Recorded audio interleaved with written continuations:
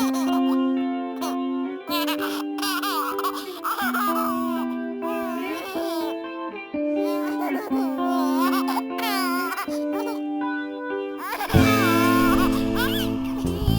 I'm gonna start with growing up. First of all, where were you born and where did you grow up? I was born in Laredo, Texas. I grew up, well, I was born in Laredo, Texas, but we lived in Laredo for like the first 3 years of my life. We lived like in Funari, like a block away from where I did that mural over there. Then my mom, it was just me and my mom. She was a single mom. We eventually moved to the United States. And yeah, I mean, I grew up on both sides of the border. Like, so she was a single mom, so I spent most of my summers in Mexico and the school year in Laredo, Texas. What part of Laredo? South side Laredo, South Laredo. So when you moved over here, where did you live and how were those surroundings? I lived over by Zapata Highway in Santa Rita. It's yeah, on the south side. I lived maybe like 3 blocks from the river. Yeah,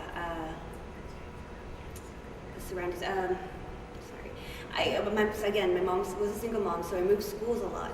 So I was always like living in the south side and going to like, you know, whatever aunt could lend me her address so I can go to that school and they can pick me up.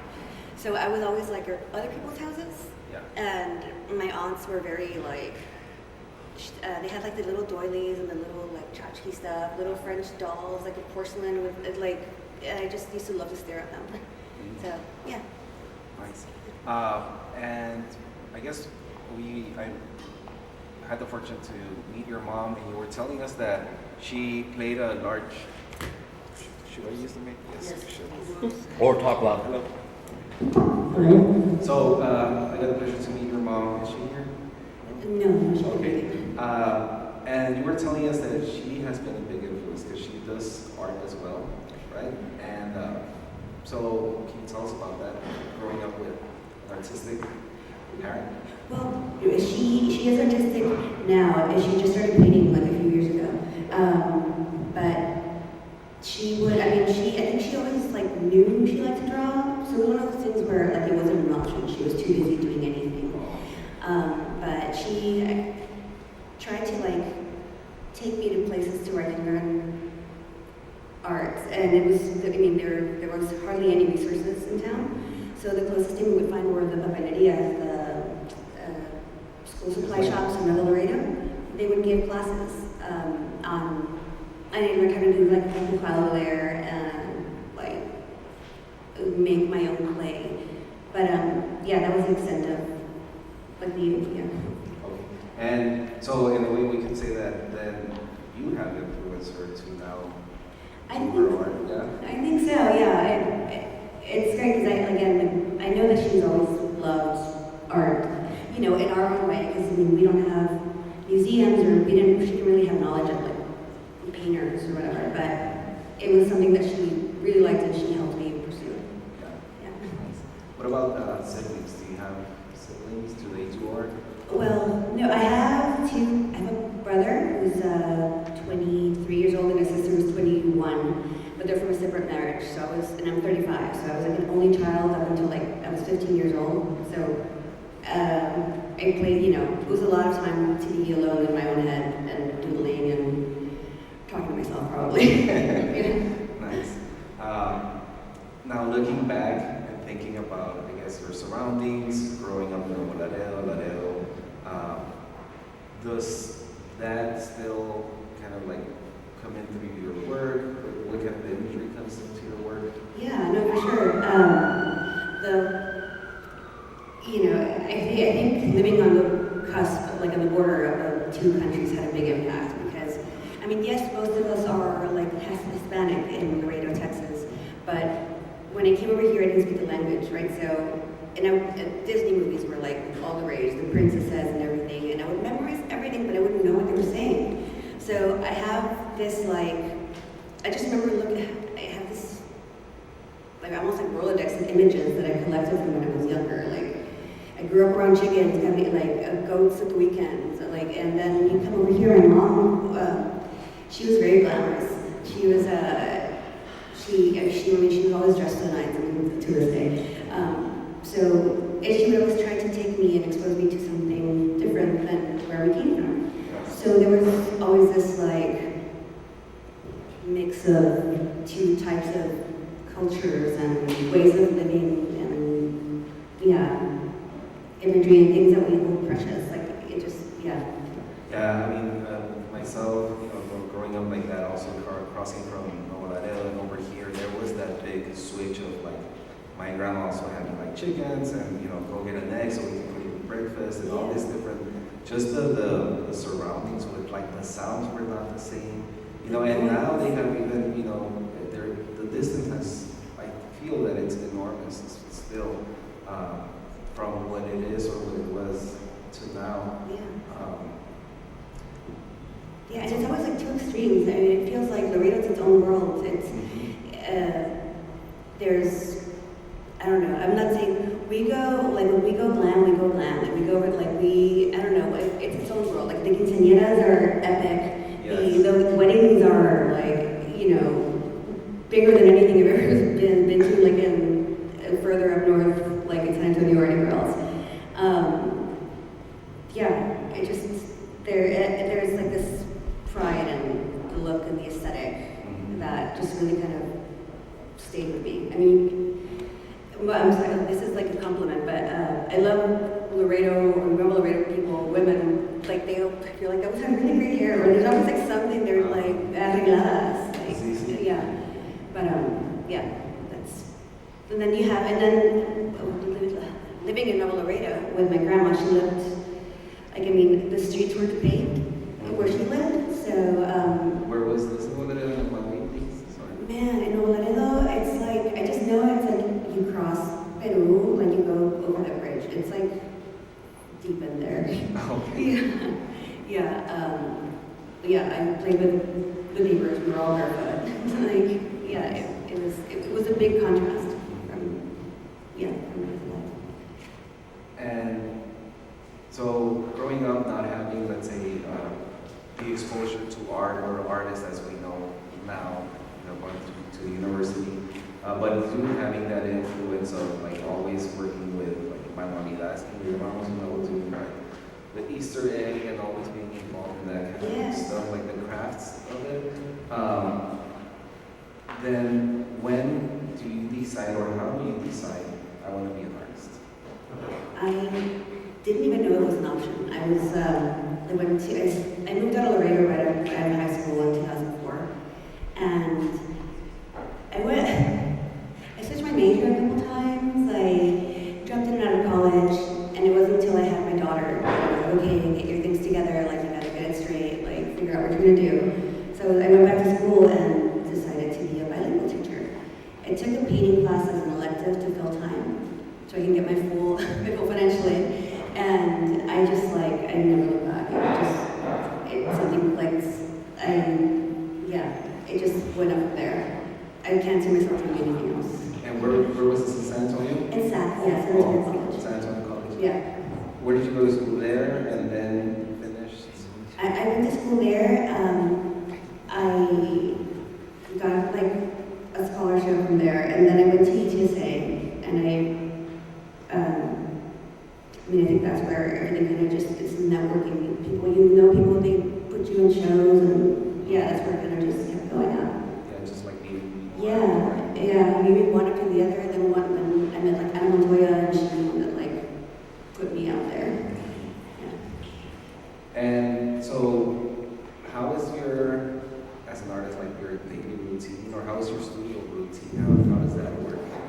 It's obsessive. It's either hard, it's straight hard, no rest all day from 9 to 9 or 6 to whatever, and then just nothing for weeks. I wake up in the morning, if I have a show coming up, it's my full-time job. I wake up in the morning and immediately I clean or reposition my studio stuff, and then just kind of and go do ahead. you live off of your work right now?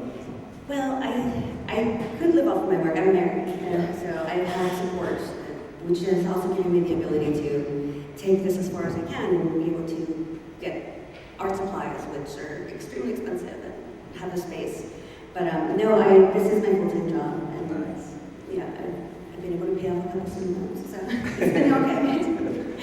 And so, can you walk us? I don't know. Like, I want to get into a day of like Anna in her studio. How is that? Like, I don't know. Like, I want to know everything. Like, I started with a coffee, or Yeah. how does that work? Well, in the morning, my husband and my daughter go off. He goes to work. He takes her to school. And I get up with them. Sometimes I don't even change. So I just walk into the studio and what did I leave behind? And I will usually start by scraping palettes. And usually when I'm doing that, I'm just staring at what I'm doing. Either something comes up, but sometimes nothing ever happens. Sometimes you're there and I know I have to finish, but I just can't do it today. That's when I get into meticulous work. Okay, I need to wrap, or I need to gesso these panels. So yeah. Okay, so you have other things aside from the art, if you're not say inspired. Yeah. When you hit those blocks or those walls of creativity, how do you pass through them? Was there any exercises in particular that you do? Sometimes I just get so into my head or in my house that I haven't left for a week or two, and then it's if I leave and I'll go take a walk, it can be to the mall or parks never work for me. I don't know, it's go take a walk in the park, but that never I've never inspired after a walk in the park. I like to go places where they have lots of tchotchkes or lots of little things that just to collect visual images or something that will be able to spark something. Yes. Yeah. Yeah, I think, I'm an art teacher, and so that's one of the things that I often tell my students, how do you deal when you can't wait for creativity or inspiration to just happen, so what do you do? Some people go for walks. I personally drive downtown, this whole growing up in this area, it's very influential. And so even though I'm not making art, I am making art. And so I would imagine that it's kind of the same, you take those moments to knowing that you're still wanting to go back. And it's you gotta remind yourself, this is work, this is me working, exactly. Because it's the anxiety, I have to go back and finish, but no, this counts too. Yeah. And so from idea to execution, how do you go? I don't like to have the painting fully developed in my head.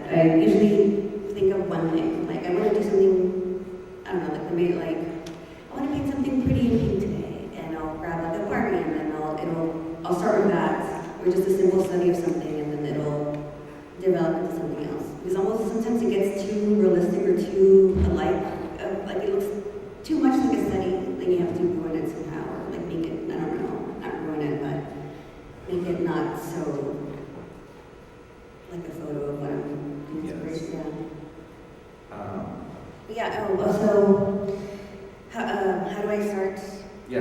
How do I start? So, I'm looking at images, and I would say people usually tell I've been trying to do sketches beforehand. Even I bought an iPad so I can do the Procreate. But for some reason, as soon as I know exactly what it's going to look like, it's I hate it, or it's that's a stupid idea. Yeah, it takes the magic from it. When you know that you're just illustrating something, it doesn't feel the same as to it surprises you. But even when it's still, no. If I already made it, I don't want to make it again. And what happens when you do something and it's finished and then you hate it? Do you still keep it or do you destroy it? I usually paint it real. Yeah. That's why a lot of the paintings are real textural, because I either go at it with a scraper and just go over it again. Yeah. I can't live with the paintings I hate. I've known you for quite some time and I tried through Facebook, but knowing you now and listening your mannerisms, the way you talk and how you express yourself, I can totally see. That is a direct stretch from these are you very colorful, very energetic, and I don't know, it just translates real well. And so is that part of the reason why I guess you want to leave room for error, or you said right now, like the keyword was realistic. Like I don't want him so realistic, so I kind of Yeah. mess him up on top, Yeah. on purpose. Yeah, no, for sure. I like things painterly. I mean, I know that's probably like a cheap way of saying it, but like I like the chaos. I like, the fact that if from far away it looks like something and from close up it looks like a total mess. Because sometimes that's what like it is. But I like a lot. I like the overcrowding, messy. It's just like the more to look at, the better. And how does your studio look? Like, Exactly how you would imagine. It is a patch from. I mean, it's just even Jacinto came over to a studio visit, and he was like, you know what, you should really take your easel out of here and like work somewhere that's not so cluttered. But I need all these things in reach. I need all like my little cards with all my little I just need to reach for things and just add whatever. Yes. Yeah, but it's very messy. Very. Now, speaking technically about the work or the materials that you use, what do you paint on? Is it canvas, panels, oil paints? Yeah, all of it.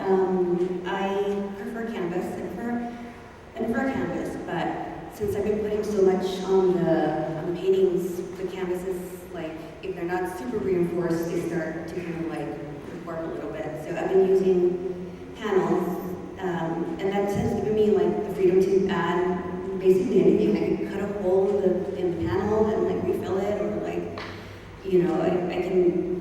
I put stained glass in some of them. I love to work with oils. I think it's just like, no matter how you paint like a sock in oils, and it just looks beautiful. To me, I don't know, I mean, it's this romantic idea I have of painting, and I think that's probably what it is, but I love oils, acrylics, anything that I can get my hands on that will stick, I will use.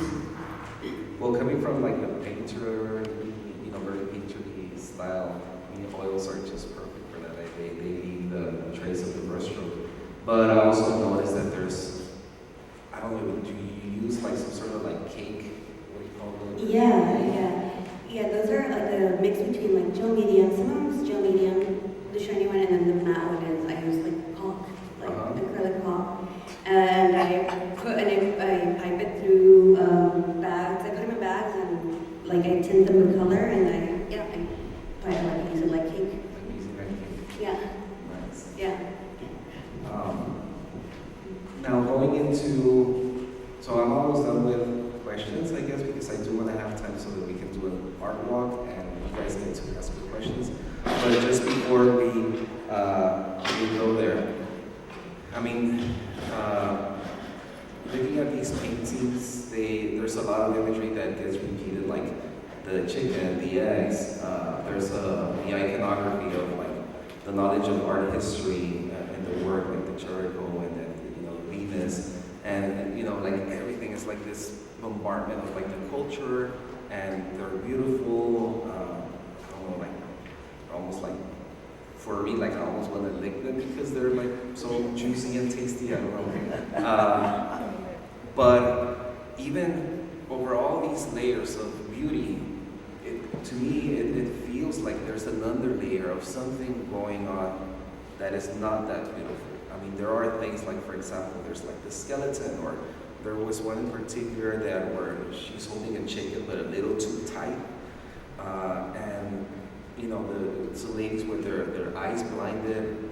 I don't know, I'm just going down really deep into these, but can you tell us, is there another layer of like something else? Yeah, for sure. Yeah, it's like satire, and a lot of it's very cynical, like view of whatever. So for example, like the one that I donated, the two busts, there was a bust from a series called Adults, and the adult series, and it's supposed to be these little creatures that have, they're wearing busts because it's the most copied art, the most copied art, and it's almost like when you think of like whatever is classic or whatever, it's that. So you have these like beings who are trying to be like adult, they're trying to like be, how do I explain that better in my head?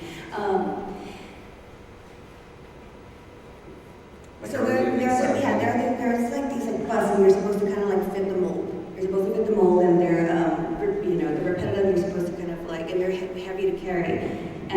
I think that's why there are skeletons, because it's like, I got it from like Mexican culture, or just like because this is all we are. Like, if you are trying to be something else, this is all you are, just like a hollow thing with a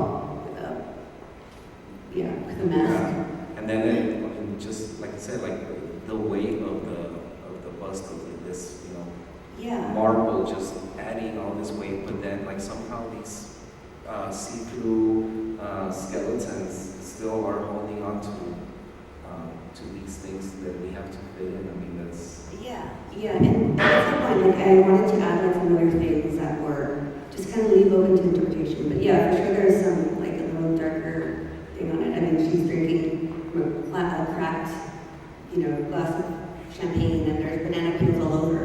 And the banana peels are almost like poking fun at how everything, like buildings, the phallic, everything, things are so phallic that are meant to be like these like serious, like the Washington Monument or like buildings or whatever. Yeah. And this is just kind of like, I mean, it's not that, I don't know, it's just like making like it's not that serious. Like, are those things that as you're working, like let's say, there must have been the time where the first banana came into your painting and you're like, oh my god, like this is phallic, and so then you start like pushing it and it starts appearing, the iconography, and now it binds like the show. Is that how it works? Yeah, for sure. Because I mean, the thing that ties them all is like women, except for maybe like the dudes right here, but they're like women, like and it's like you have when you look, we get labeled so many things, when you are not heard anymore, you're like, like nothing. How do we say this without PG?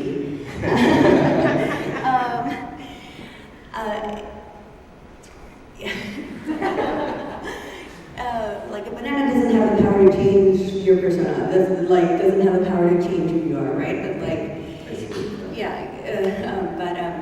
it's not. It's like poking fun at it, and everything's into an exaggeration. Like I went to United South, and I remember for the longest time I couldn't get a job anywhere because of the high school, and it wasn't until I moved away and I came back, and I think I just left the S out in the application, and I was like, no, I'm from UTSA, and I immediately got hired.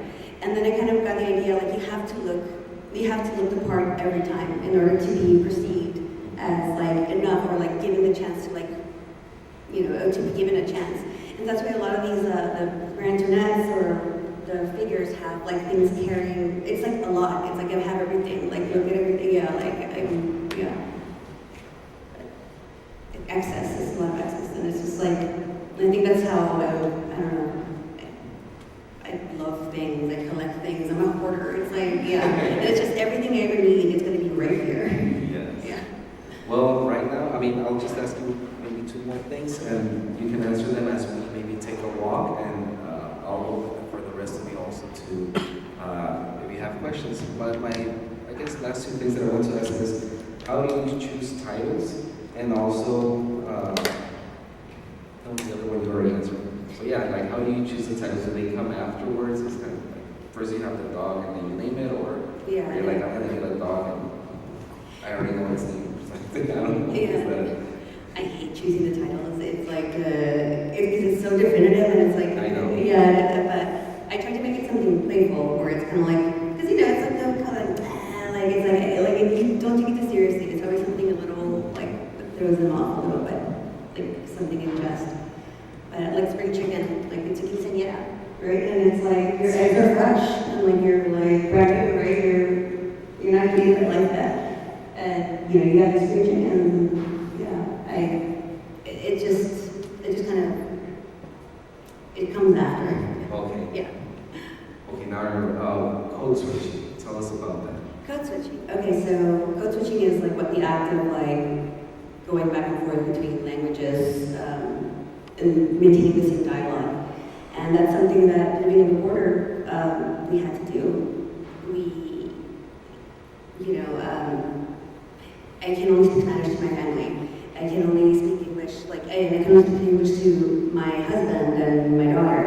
Not only that, but switching between poverty and not so poor, or certain social situations, I mean, I can't walk into certain places and like be like Anna from South Laredo. Like I have to kind of like light it up a little bit. But yeah, and it's just almost like a hybrid thing that like I'm all of it. The paintings are all of it. They're yeah. When you think about the imagery, I mean, of this code switching, the language itself has formed like your thoughts. Do you think of the chickens as chickens, or do you think of them as gallinas? Gallinas. Yeah. Gallinas, yeah. I mean, the reason that I'm asking is like, because we've talked about it with friends, and you know, when you think of a gallina, like there's this certain, I don't know, like the gallina, the word just comes with the smell, it comes with the sound, Yeah. and chicken, it's just like, it's pretty. Yeah. I don't know. Yeah. Right? Yeah. No, for sure. It's the Spanglish, right? It's Yes. yeah. Sometimes the word in Spanish like definitely feels more intense. Yes. For sure. Yes. Well, why don't we take a walk, and if you guys have questions, you know, feel free to ask. I have a question. Yeah. I'll be real out.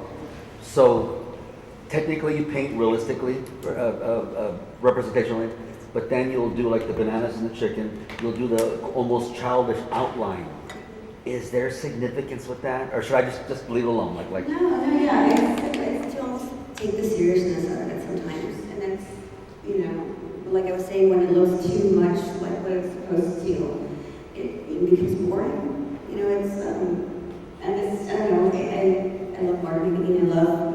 But are you thinking like a graffiti artist or like a little kid who comes and outlines stuff? Or? Like a kid, because this is definitely inspired by my childhood. Like I had a billion bars growing up. I was into like the princesses and all of it. So this is, I don't know, like a regurgitation of my childhood combined with like what I've gone through in life.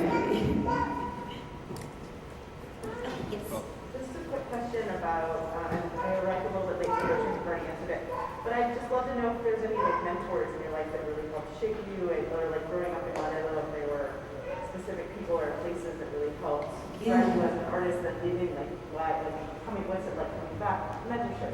For sure, yeah. No, my first experience with an art teacher was Mr. Diaz, and he's at LBJ. He was, I was telling him, I wasn't like a terrible kid, but I was just like not like the best student.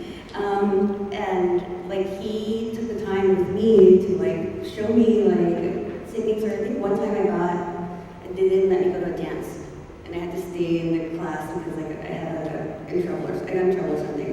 But he stayed and talked to me, and like I think he like did a portrait of me, and he like let me use some of like the fancier pencils.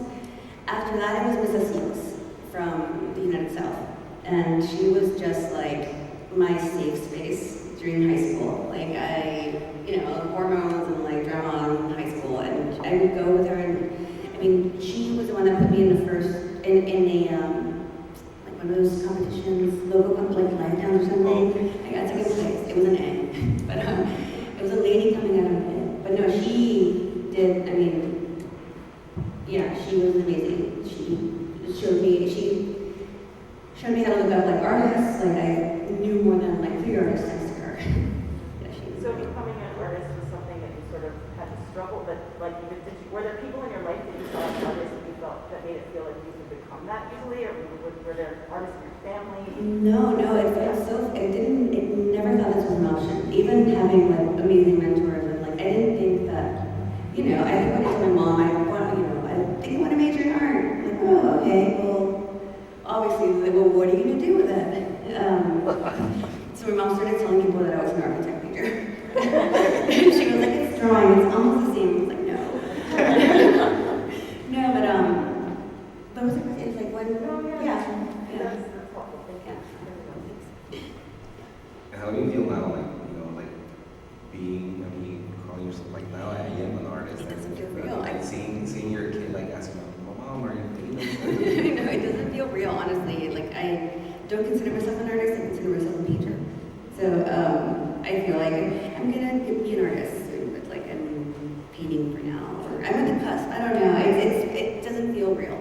It's interesting to me, like what you're saying, and what you asked about, like the need or the influence that, as educators, we have, how out of everything that you could remember, there is this very specific thing about, getting that portrait done, him listening to you and having that talk, and how much of a difference it can make in a child and how impactful it could be to where it changes their lives. So art has that power, and I mean, and thank you for having this. I mean, I can't wait to bring my students so that they can see your work and the ripple of it will just continue. It chills every time it doesn't get old. I just love being here and like, look what I can do. Like, I don't know, I love being from Laredo, and again, I've been saying it's its own little world, and I love creating something, so. What year or what age was your first quote real exhibit where you realized like I'm an artist and I'm gonna keep exhibiting? Probably Abel. Abel gave me a show. Del Rio? Del Rio. Oh, Del that? Rio, really? Well, yeah, that was like, well, yeah, because I showed at SAC that it was student work, and it's like, the teachers pick you. So And what it's year like, was that? At SAC, it was 2015. And that started your Yes. exhibiting career? Yes. Okay. Yes, yeah. Why do you do the drawings that you do? The drawings, because it's like, I don't know what else to do with my hands. I have to. I see something and I'm obsessive about it, and I just have to put it on something. Yeah. Were you the type of kid that would be like drawing all over your walls or the fridge? Everything. I didn't draw the walls, but I definitely like the homework. It was filled with drawings, but no homework. Yeah. Yeah. Should we take a walk so that? Yes, I just want to say I'm super proud of you. oh, thank you. Oh, yeah, I went to high school. It's so nice to see you from high school. Thank you. Yes. Roll on. Why do you use some of the Barbies Oh. as paintings? Oh yeah, I forgot about that. Because I played with them so much when I was young, and then I acted out everything, every scene in my head with Barbies, and they were just, such a big part of my life. Like, it was weird. I had way too many Barbies at some point. Good smell, good question. Yeah, and I think every time, whenever my mom would leave me on weekends at my grandma's house, we'd go get a Barbie. I think that was her like, sorry, I'm leaving you for the weekend, here's a Barbie. So they ended up pretty quickly. No, because she had to work. Yeah. So I was a temperamental child, so I was right if I didn't get it. How do you decide to keep it like very, a style very you and not drift off into the commercial type of artwork? Yeah, I wish I could answer that question, but it's almost like, I started painting and I have an idea of what it's gonna look like maybe, and it's just about knowing when to stop, and if I've gone too far, I just have to come back, I wish there was now I know, but it's literally like if I can't stomach looking at it, it's like, oh, I gotta do something else with it, yeah. Most of these paintings, I see that like all their eyes are covered.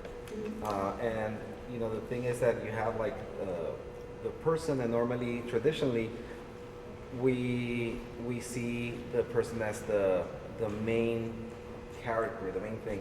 But these are portraits of those people, from what I see. But it's just like this bombardment of imagery that it's just like so much. It's still about them, I would say. But it's like they don't matter anymore. Like it's everything around that matters. Yeah, it's what you have. It's like consequences and sort of their environment and everything Yes. that's all around them. They're just engulfed in this everything going on. And Yeah. So someone had a question yesterday if you would consider this surrealism, because you play a lot with, it's dreamlike in some, it's realistic, but dreamlike, and then again back to the different symbols The throughout. realistic expressionism. Because there was a relation, or somebody commented that it's kind of like Frida Kahlo's, Yeah. and they're all very personal to you. Yeah, for sure. I've been racking my brain, trying to figure out what does this fall under, and I think the closest thing I've come to is like magical realism. Okay. Yeah. I think I was just trying to you know, what art was at the time or what, you know, because in San Antonio, if you're not painting like Mexican or Chicano artists, it's like, it's not, you know, it's like, what are you doing? Like, why aren't you representing yourself? But to me, this is still representing myself. It's, you know, it's still a lot of iconography, like we have the red herring, the huevo again. And it's, like, you know, again, with the undertone, the dark undertone of like, this person thinks this person completes him, but, you know, it will never be because he has nothing to offer. Like, yeah. But this was a little more, how do you say, there was more narrative. I was still kind of figuring out how to do it all.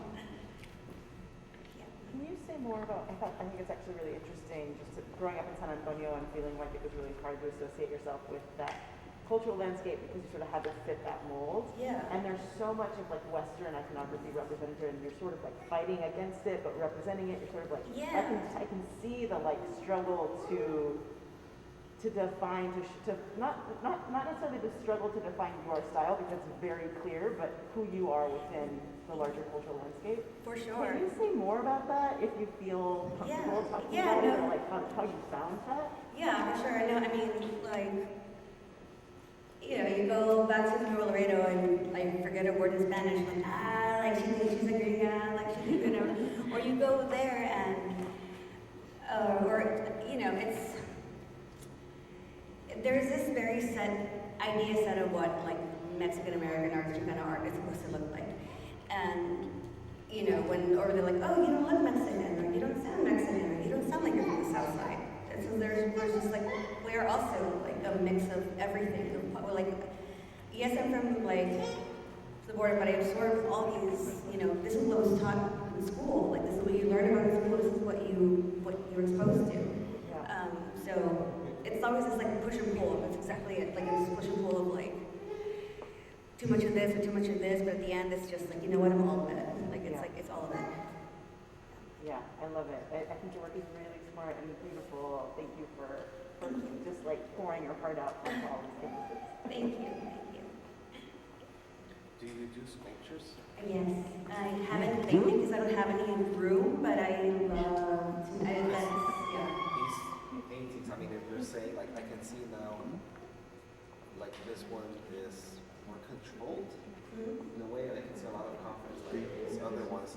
But now they're becoming very sculptural, like, very technical, and so. I'm ready to move on. Yeah. I'm ready to try that, yeah. I just haven't had the space. Again, my studio's like jam-packed with everything, but. Why don't you talk about when you came, because I hear that you brought your little pastry thing, and you came and you were like adding and embellishing. So what happens when the paintings arrive here and you're trying to figure out the space and feel it out? Like, what's going through your mind that you're like, it needs more? Yes, because I never know when they're finished. I mean, I just say they never feel finished.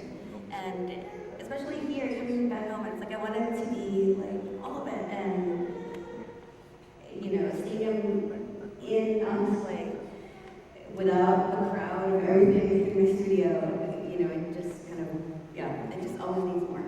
More is more. Can you talk a little bit about the materials you work with? Because I know there were a lot of people asking on the opening date, they were, well, what is she using here? And what is she using there? Can you talk a little bit about your process and the materials? Yeah, I usually start with acrylic.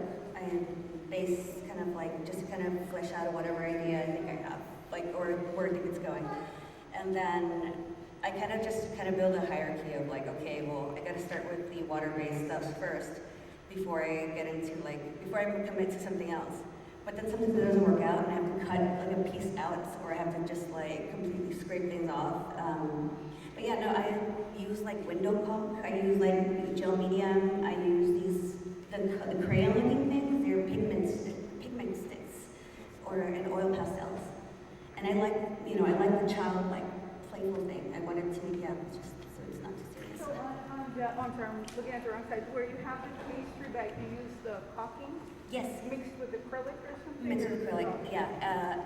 The shinier one is gel medium, and the matte one is window caulk.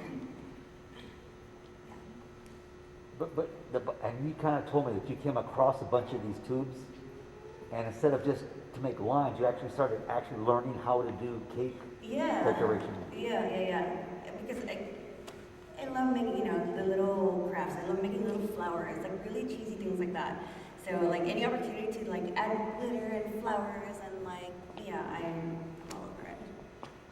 To express my femininity. To emphasize my femininity. This one is, it's like gel gum, and I use the silver leaf for it. Foil leaf for it. There's a lot of times concerns with, materiality of archival aspect of it, and it seems like you don't care, or do you? I do and I don't. Like I Like it's just like painting is more important, the expression, Yes, not yes. the material. yeah, but I do try to make sure that it's like something that's gonna last. Like that's why I can switch from canvas to panel, or like I do a fair amount of research on like with other artists. Like, has anyone used this for this? How long does it last? Or like I would, like I try to figure out what measurements of The material, consistency. yeah, to make it, not necessarily archival, but it's gonna outlive. It's probably gonna outlive me, and after that, it's your.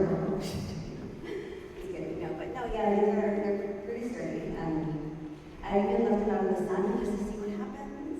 Like, it's a new thing. Like, I don't know. Like, I mean, I know it's gonna last, but I don't know how long. My daughter, she has a nickname. I call her. Sometimes, well, she gave herself a nickname. She gave herself her own My Little Pony name, and it was Moon Pepper. Yeah, so I just did a moon, and I went through like a tough time where I separated from my husband, and it was just me and her.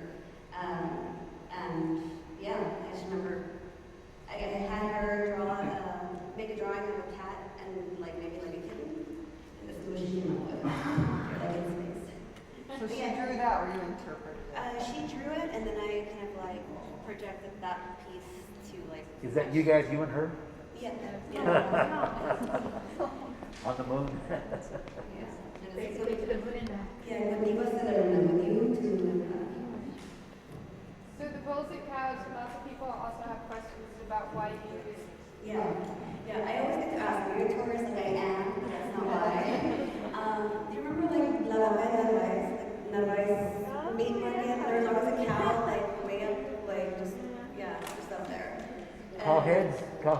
No, the entire cow, like a cow sculpture, just like, and I think there's like also like it was a horse with like laundry standards, just like all these like animals like that are like didn't belong up there. And yeah, there's like bulls everywhere. I also grew up again on the border, but my mom took me to the Laredo Center, the Pelea de Toros. So I mean every Sunday we would, or most Sundays whenever there was a show, we'd be there. They're just everywhere. You go maybe to Laredo and back, you're gonna see a lot of cows and bulls, and it's just like your own. The nopales on the bull? Yeah. Does that represent the things that they would poke into the bulls and bullfights, the Yes, colored sticks? yes, but also it's like the one thing that kind of keeps you, like not keeps you down, and one thing is like the thing that lifts you up. Like it's, yeah. I like their wings. Yeah, their wings. Oh, okay. Yeah, they're cactus wings.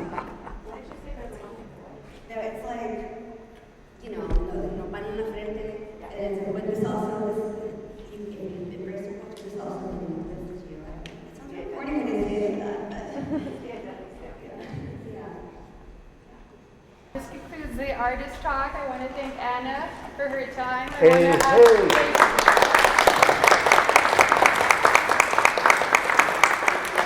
Gil Rocha for his time being here. And thank you all. But right before, I don't think we got to talk about, Anna's also a muralist. And so, do you want to talk about that? I made murals and I kind of just fell into this organization in San Antonio called San Antonio Cultural Arts.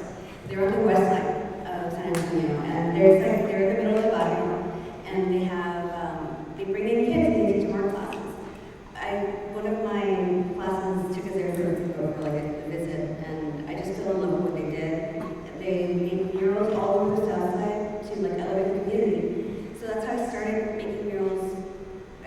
that. And I think my first mural with them was a mural of Claudia Patricia Gomez Gonzalez, the woman who was shot at the border. So it was part of the Mujerista series, and yeah, murals are supposed to be more empowering, more, public for people. I didn't see very many murals growing up, and, to see yourself represented or see your culture represented in your own neighborhood, I feel like it means a lot. Especially having people in the community have a say in what goes in it. It just feels like the community owns it. It's the most fulfilling thing. I love making murals, especially at that. Yeah, and all her murals are female-centric, so that's what's really important. That to see the, like you said, that reflection and to see people are represented. Yeah, and not so much in the represented in the like the calendario girls, but Claudia's wearing her blusa with her bra. It's not in a very sexual way or anything. It's not to exploit them, but just to to show them power. And then real quick, also you just went to Miami, the Art Basel, which is a really big deal. Do you want to kind of tell everybody real quick about your experience? Yeah, no, it's crazy. You're supposed to apply, and the gallery got picked because of an art gallery. I went with an art gallery. We got selected to participate in the Scope show, which is this international art fair that happens through Art Basel or during Art Basel. I spent a lot of time on Instagram scrolling, looking at other art and artists, and then just to see a lot of them there, I was like, I'm here with you. It was just insane. It was surreal. So wonderful. Were any of these pieces displayed there in Miami? No. How long before we see these works 20 feet by 50 feet with a giant, one of those things that you use? With A giant pastry. Oh, yeah. Hey, you tell me where to go and I'll pay that.